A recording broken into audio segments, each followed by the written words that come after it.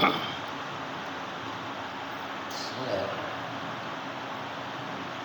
Alhamdulillahirabbil alamin. Wassallallahu wasallama ala nabiyil amin wa ala alihi wa sahbihi ajma'in. Assalamualaikum warahmatullahi wabarakatuh. Alhamdulillah, mari kita senantiasa memuji Allah Subhanahu wa taala atas karunia limpahan kasih sayang kepada kita semua. Semoga dengan berbagai ibadah yang kita ikhtiarkan selama bulan Ramadan diterima di sisi Allah Subhanahu wa taala. Kaum muslimin dan muslimat yang berbahagia, sehubungan dengan hadis Nabi yang menjelaskan bahwa berbagai ibadah yang kita kerjakan di bulan Ramadan itu dijanjikan dengan ampunan dari Allah Subhanahu wa taala. Beliau menjelaskan dalam hadis, man shoma Ramadan, barang siapa yang berpuasa di bulan man qama Ramadan, barang siapa yang menghidupkan malamnya dengan salat malam. Man qama lailatul qadar, barang siapa yang menghidupkan malam al-qadar, itu salah satu malam di 10 terakhir. Dan saat ini kita berada di 10 terakhir di bulan Ramadan. Imanan wa ihtisaban, atas dasar iman dan mengharap ganjaran, pahala, balasan dari Allah Subhanahu wa taala, ghufira lahu ma taqaddama, diampuni dosanya yang telah berlalu. Terkait dengan ampunan ini, ada amalan jika kita kerjakan tidak akan diampuni dosa kita. Seperti ibadah, puasa, salat malam. Demikian halnya amalan di malam Al-Qadar. Ada ampunan itu diampuni oleh Allah Subhanahu wa taala dengan cara kita memohon kepada Allah. Sebab kalau kita tidak memohon, tentu tidak diampuni dosa. Dalam hal kita mengharap ampunan ini, Al-Quran menjelaskan redaksinya wasari'u, bersegera. Ada beberapa ungkapan di dalam Al-Quran. Kalau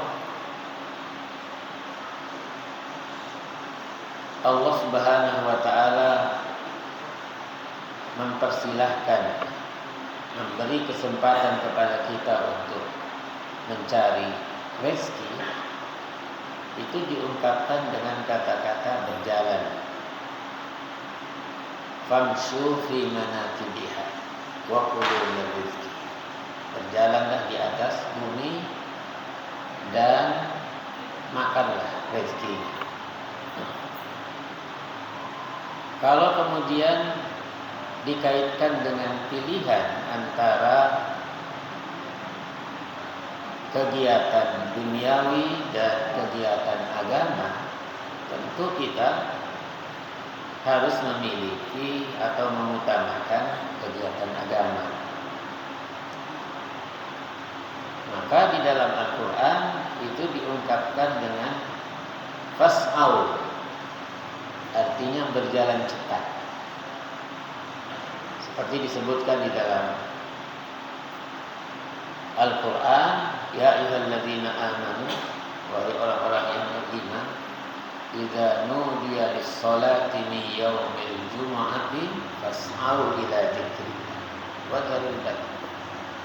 Kalau dipanggil untuk menghadiri pelaksanaan sholat Jumat, maka berjalan cepat.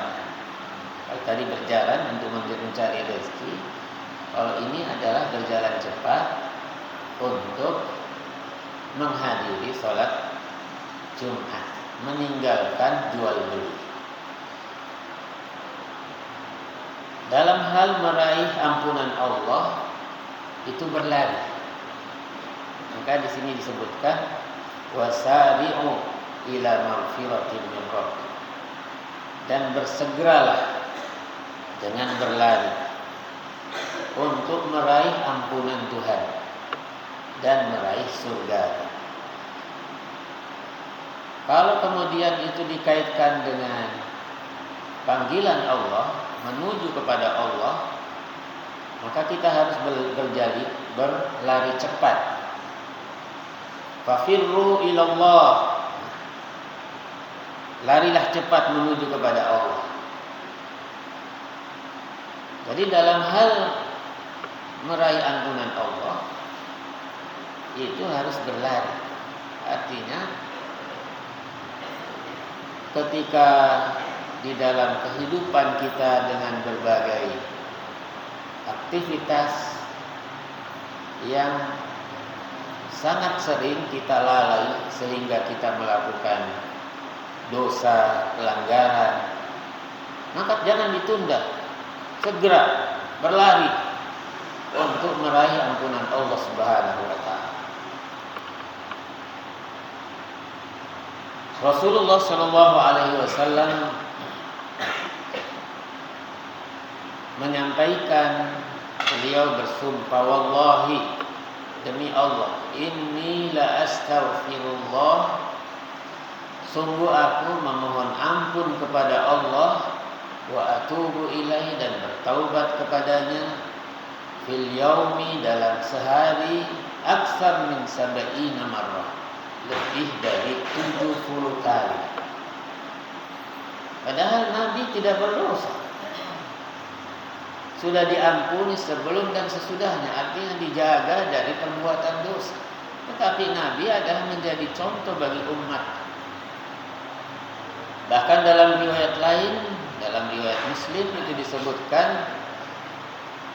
ya ayyuhan nas, wahai umat manusia,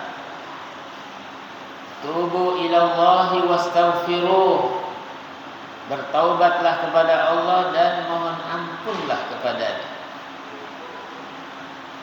Fa inni, sesungguhnya aku, atubu ilallahi fil yaumi mi'ata marrah, sesungguhnya aku setiap hari itu bertaubat kepada Allah 100 kali.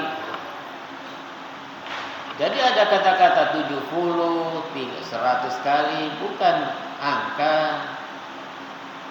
hanya 70 kali atau 100 kali. Artinya bukan batas. Tetapi dalam bahasa Arab itu dimaksudkan sering dan banyak.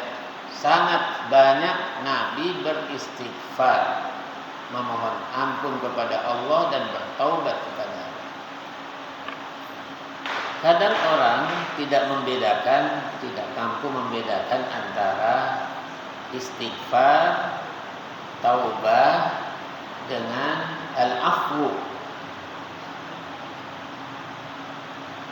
Kalau taubat itu secara bahasa artinya jauh dari Allah.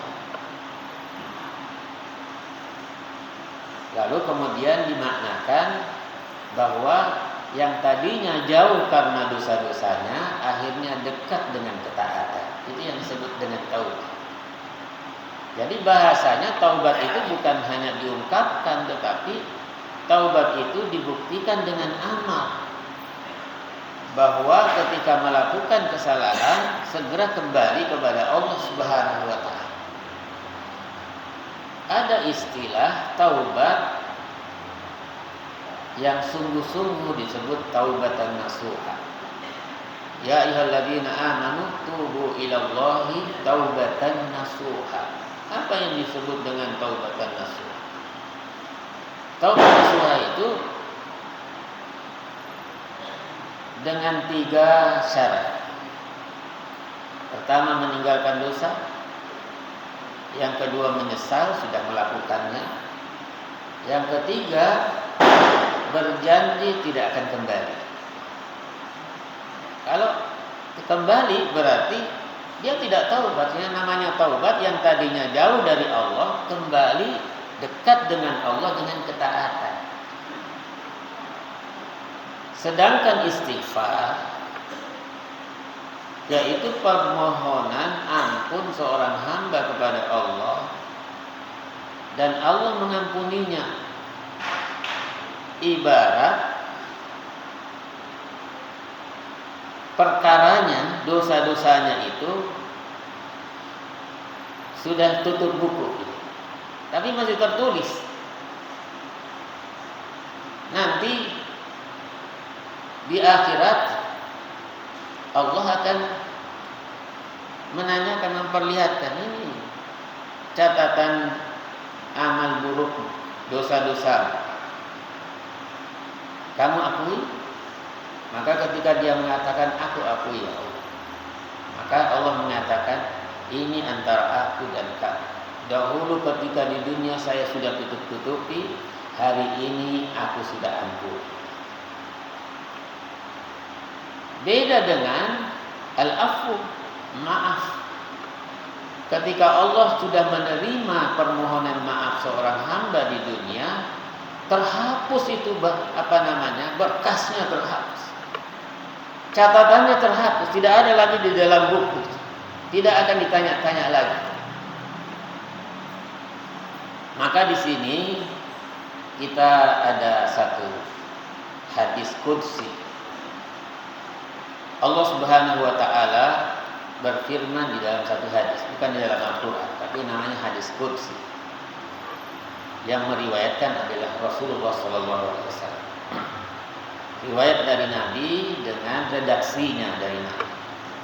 Tetapi maksudnya itu adalah dari Allah Subhanahu wa taala. Allah berfirman, "Ya ibna Adam, wahai manusia, innaka sesungguhnya engkau ma da'autani selama engkau memohon kepada wa rajautani mengharap kepada wa fartu laka ala ma kana min aku akan ampun semua dosamu yang sudah kamu kerjakan wala ubal saya tidak akan peduli tidak akan permasalahkan. Nah, ini al-afwi ya. Ya ibna Adam, wahai manusia, lau balagat dzunubuka anan sana. Sekiranya dosamu itu setinggi langit, tinggi. Summa istaghfartani, kemudian kamu memohon ampun kepada ghafartu, saya akan mengabulkan permohonan ampun. Ya ibna Adam, wahai manusia, lau ataitani biqarabil ardi khataya, sekiranya nanti kelak akan kalian datang kepada manusia datang kepada Allah dengan satu persatu menghadap di hadapan Allah dengan membawa dosa sepenuh bumi. Tsumma la tusyrik bi syai'an. Ketika di dunia tidak pernah mengerjakan perbuatan syirik, tidak pernah mengerjakan perbuatan syirik, artinya mensyirikkan Allah sesuatu yang menjadi miliknya. Itu ada 3 hal. Pertama,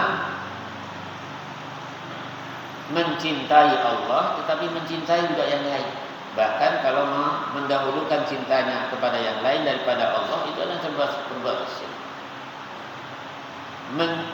Takut kepada Allah tapi juga takut kepada yang lain. Takut kalau tidak makan, ya. Kalau dia melakukan seperti begini maka dia akan dipecat, maka dia takut. Padahal yang memberi rezeki adalah Allah. Itu juga termasuk perbuatan. Dan yang ketiga, bahwa orang di satu sisi dia mengharap kepada orang lain, di satu sisi lain juga mengharap kepada Allah. Padahal seharusnya harapan itu hanya kepada Allah. Namanya roja. 3 hal: cinta, takut, dan mengharap. Seharusnya hal seperti itu hanya ditujukan kepada Allah Subhanahu wa taala. Maka ketika nanti kita datang kepada Allah membawa dosa sepenuh bumi, ketika di bumi, ketika di dunia tidak pernah mensekutukan Allah Subhanahu wa taala, maka Allah mengatakan, la ataituka biqarabiha maghfirah. Niscaya aku akan memberikan kepadamu ampunan sebanyak dosa yang kamu lakukan ketika di dunia. Jadi di sini bertingkat antara memberi maaf, memberi ampun, dan memberi taubat, mengabulkan taubat. Makanya ketika Aisyah radhiyallahu anha itu bertanya kepada Nabi, wahai Rasulullah, kalau sekiranya aku bertepatan berada pada malam Al-Qadar, ini sebelum terakhir, kalau saya berada di malam Al-Qadar, kira-kira doa apa yang paling bagus untuk saya ucapkan? Maka Rasulullah mengajarkan, Allahumma innaka afuwun tuhibbul afwa. Afuwun, tidak mengatakan Allahumma ighfir. Allahumma innaka afuwun tuhibbul afwa fa'fu anni. Maka memberi maaf itu sendiri adalah termasuk amalan yang pahalanya tidak terhingga di sisi Allah Subhanahu wa taala. Wa man afa wa aslaha fa ajruhu 'ala Allah. Yang minta maaf lalu kemudian dia berbuat baik disertai dengan beramal kebaikan, maka balasannya hanya Allah yang tahu. Maka tingginya kata-kata al-afw. Ayat ini menjelaskan bahwa kita harus bersegera, tidak boleh menunda. Tidak boleh menunda waktunya. Nanti kalau sudah dewasa, nanti kalau sudah tua, dan seterusnya. Begitu kita menyadari kita melakukan kesalahan, melakukan dosa, segera memohon ampun kepada Allah Subhanahu. Ayat ini mendahulukan permohonan ampun sebelum mendapatkan surga. Sebab orang yang masuk surga itu kalau dosanya sudah semuanya diampuni oleh Allah Subhanahu wa taala, maka didahulukan maghfirah daripada jannah. Sedangkan jannah itu sendiri adalah salah satu tempat kembali nanti di akhirat. Hanya dua, surga atau neraka. Jannah itu sendiri dari bahasa Arab yang artinya kebun, karena memang surga itu adalah isinya kebun, semuanya kebun-kebun. Di dalam ayat ini itu diungkapkan, disampaikan luasnya surga. Luasnya surga di sini hanya dibahasakan seluas seluruh langit dan bumi. Ada satu riwayat bahwa malaikat Jibril itu suatu hari ingin mengukur luasnya surga. Sedangkan malaikat Jibril itu sekali terbang kemudian dia hinggap, itu jaraknya 3.000 tahun perjalanan. Bumi dengan langit itu 500 tahun. Dengan menggunakan kuda kencang selama 500 tahun. Berarti kalau 3.000 tahun itu berarti 6 kali langit, bumi, langit, bumi, langit.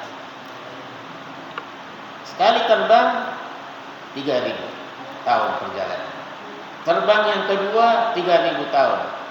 Terbang yang ketiga 3.000 tahun. Berarti sudah 9.000. Lalu kemudian dia mendapatkan satu istana yang indah.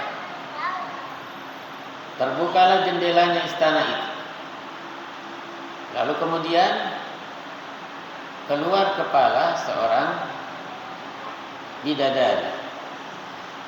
Bertanya kepada malaikat Jibril, apa yang dia lakukan? Malaikat Jibril menjawab, saya mencoba untuk mengukur luasnya surga. Maka wanita itu tadi, bidadari, mengatakan, tidak usah kamu lakukan. Sebab sejak kamu terbang yang pertama tadi sampai ke tempatku ini, ke istanaku ini, itu adalah halaman rumahku. Halaman rumah satu. Perjalanan 900.000 tahun. Itu baru satu. Maka tidak bisa terukur betapa luasnya itu surga. Keindahan di dalam surga dengan nikmatnya sudah disebutkan, dijelaskan di dalam Al-Quran dan dalam hadis Nabi. Di antaranya bahwa orang penduduk surga itu besarnya seperti Nabi Adam yang laki-laki. Kalau yang perempuan seperti Hawa istrinya. Diukur oleh ulama itu siku-sikunya Nabi. Kira-kira kalau laki-laki itu tingginya 27,5 meter. Kalau perempuan 17,5 meter. Usia laki-laki itu adalah 33 tahun. Ya, kita ini yang sudah tua tidak dapat. Sedangkan yang perempuan itu usianya 21 tahun. Itu mengenai usia. Dan nanti orang di surga tidak lagi mengalami namanya tua. Semakin hari yang laki-laki semakin ganteng, ya. Perempuan semakin cantik. Dengan berbagai kenikmatan, semua kenikmatan ada di dalam. Dan tidak bisa dibayangkan dengan apa yang kita lihat di bumi ini. Maka Nabi mengatakan mala ainun ra'at. Surga itu tidak pernah terbayangkan dengan pandangan mata atau pendengaran atau bahkan yang terdetik di dalam hati. Maka tidak bisa surga itu digambarkan dalam bentuk apapun, gambar ataupun katakan itu difilmkan, tidak bisa. Karena memang tidak ada yang tandingannya. Kita hanya ingin kembali ya, sedemikian banyak kenikmatan dan yang luar biasa itu yang akan kita ketahui itu adalah apa syaratnya orang masuk surga yang dijanjikan itu tadi, yaitu orang-orang yang bertakwa. Siapa yang dia orang-orang yang bertakwa? Orang yang bertakwa di sini disebutkan ada 3. Alladzina yunfikuna fis sarra'i wad dharra. Orang yang selalu berinfak, tidak mengenal apakah dia dalam keadaan lapang ataupun dalam keadaan susah. Terus dia selalu berinfak. Artinya dia memiliki sifat senang memberi. Sampai-sampai orang menilainya itu adalah orang yang tidak pernah susah. Karena tidak bisa membedakan kapan dia tidak berinfak, selalu berinfak. Dan infak itu banyak bahasanya. Infak, orang berinfak, orang bersedekah. Kalau zakat itu sifatnya adalah wajib. Itu semua artinya sama.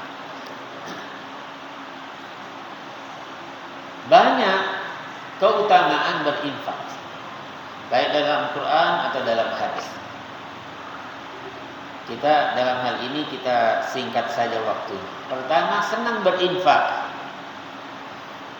Sifat yang kedua adalah orang yang mampu mengontrol emosinya, tidak mudah marah. Wal kadhiminal ghaidh. Orang yang menahan amarah. Padahal dia bisa marah. Artinya antara seorang pemimpin dengan bawahannya. Ketika bawahannya melakukan kesalahan dan sifatnya pribadi, dia bisa marah, tetapi dalam hal ini dia menahan diri. Bukan berarti kita menahan marah karena perilaku para pemimpin yang tidak bisa kita lawan. Tidak. Ini adalah pemimpin, orang yang memiliki kesempatan untuk marah, tetapi dia menahan diri.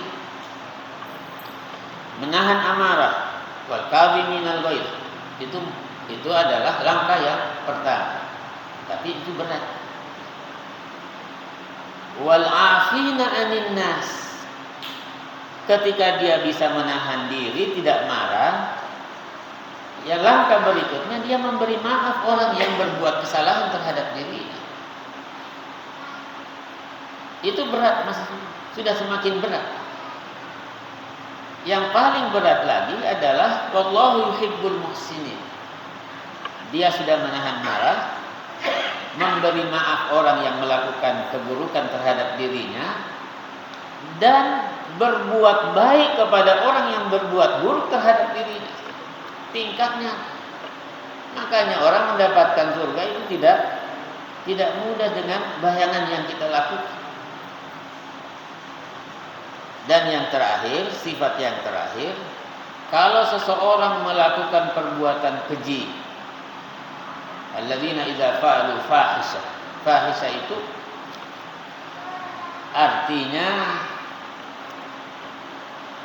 dosanya itu tidak terpaut dengan orang lain. Ya. Dosanya itu adalah yang benar-benar sangat buruk. Itu disebut fahish, keji. Au zalamu anfusahum, atau dia menganiaya dirinya sendiri, tidak melibatkan orang lain. Kalau tadi melibatkan orang lain, ini tidak melibatkan orang lain. Seperti orang minum khamar, minum memabukkan, tidak merugikan orang lain, merugikan dirinya sendiri. Kalau orang mencuri, orang berbuat zina, itu menjadikan orang lain kurban, itu namanya fahisyah. Tapi kalau kemudian kaitannya dengan menganiaya dirinya sendiri, artinya orang berbuat dosa di mana dosanya itu, perbuatan dosanya itu tidak melibatkan orang lain. Tiga hal ini, kalau kita berhasil untuk melakukan hal seperti ini, menjadikan berinfak menjadi kebiasaan di dalam kehidupan kita. Yang kedua adalah kita senantiasa mengontrol emosi kita, justru memaafkan orang lain, justru kemudian kita melakukan hal-hal yang baik kepada orang yang berbuat baik, berbuat aniaya kepada kita. Dan kalau kemudian kita berbuat keji, melakukan perbuatan zalim terhadap diri sendiri dan langsung ingat kepada Allah lalu meninggalkan perbuatan itu, itulah ciri dan sifat-sifat yang dijanjikan oleh Allah bagi orang yang akan mendapatkan ampunan dan mendapatkan surga dari Allah Subhanahu wa taala. Mudah-mudahan di dalam bulan Ramadan kita belajar melatih diri dengan berbagai ibadah yang kita lakukan, baik ibadah puasa di siang hari atau ibadah sholat malam di malam hari dengan baca Al-Quran dan lain sebagainya. Sekaligus secara khusus kita menghidupkan 10 terakhir di bulan suci Ramadan tanpa terlalu terikat mana malam ganjil dan mana malam gelap, genap ya. Ganjil dan genap, karena ketika berbeda awal puasanya ya, seperti sekarang ini kita malam genap ya, atau ada yang malam ganjil, ada yang malam ganjil, ada yang malam genap. Maka jalan yang terbaik adalah kita menghidupkan seluruh malam-malamnya dengan mengharap bisa mendapatkan keberkahan di malam yang diberkahi oleh Allah Subhanahu wa taala. Adanallahu wa iyyakum ajmain. Wassalamualaikum warahmatullahi wabarakatuh.